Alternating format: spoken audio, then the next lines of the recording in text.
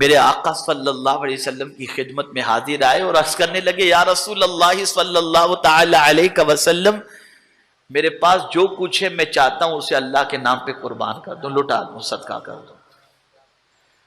سرکار نے فرمایا نہیں، منع فرمایا حضور، نہیں اتنا سارا نہیں۔ تو عرض کرتے ہیں حضور تہائی؟ سرکار نے فرمایا نہیں۔ اچھا حضور میں نصف اللہ کے نام پہ دے دوں؟ سرکار نے فرمایا نہیں۔ کہا اچھا حضور چوتھائی دے دوں؟ اب حضور نے جو فرمایا وہ سن لو، ایک دستور ہے آپ کے لیے، ہمارے لیے، سب کے لیے۔ میرے آقا صلی اللہ علیہ وسلم نے ارشاد فرمایا سب کچھ اللہ کے نام پر لٹا کر اپنے بچوں کو مانگنے والا بنا کے نہ رکھنا، اس لیے کہ اپنے بچوں کے لیے عزت سے کھانے کے لیے روٹی روزی کا انتظام یا ان کے لیے کچھ رکھ کر کے مرنا، یہ اس سے بہتر ہے کہ تمہارا بیٹا در در جا کر کے بھیک مانگے۔ یہاں ایک حدیث شریف، اس حدیث شریف کی روشنی میں سرکار اپنی امت کو یہ تعلیم دے رہے ہیں کہ سب لٹانے کی فکر مت کرو، اپنی اولاد کی بھی فکر کرو، اس لیے کہ اولاد کی ذمہ داری قدرت نے تمہارے سر پر رکھی ہے، اور تم اگر اپنی اولاد کے لیے انتظام کر کے اور کچھ رکھ کر کے مرتے ہو تو تمہاری اولاد کو در در ٹھوکریں کھانے کی ضرورت پیش نہیں آئے گی، ورنہ ہوگا یہ کہ تم سب دے دو گے اور تمہارا بیٹا کاسے گدائی لے کر سب سے بھیک مانگتا رہے گا۔ اسی لیے حضور کو مانگنا لوگوں سے بالکل پسند نہیں تھا۔ سرکار صلی اللہ علیہ وسلم اس کو عیب تصور کرتے، فرمایا کرتے تھے خیر الید ید العلیا، بہترین ہاتھ وہ ہے جو اوپر والا ہاتھ ہو، یعنی دینے والا ہاتھ ہو۔ میرے پیارے آقا صلی اللہ تعالی علیہ وسلم کے پیارے دیوانوں، انسان کی پریشانی کو دور کرنا اس کا ثواب تو ہے ہی، پھر اس کے ساتھ جانور کی پریشانی دور کرنا اس پر بھی ثواب ہے، اور مسلمان کی پریشانی کو دور کرنا اس کا ثواب تو کیا کہنا۔ میں آپ کو ایک واقعہ سناتا ہوں۔ اس زمانے میں جب یہ بال پین، فاؤنٹن پین، یہ ساری پینوں کا رواج نہیں تھا، تو لوگ لکڑی کی قلم سے جو ہے وہ سیاہی میں ڈبو کر لکھا کرتے تھے۔ ایک بزرگ اسی اپنے لکڑی کے قلم کو انہوں نے سیاہی میں ڈبوئی اور نکالے، لکھنا چاہتے تھے کہ ایک مکھی اس کے نوکے قلم پر، یعنی وہ لکڑی کا جو قلم تھا اس کے کونے پر جہاں سیاہی لگی تھی، مکھی آ کر کے وہاں بیٹھ گئی اور اس سیاہی کو چوسنا اس نے شروع کر دی۔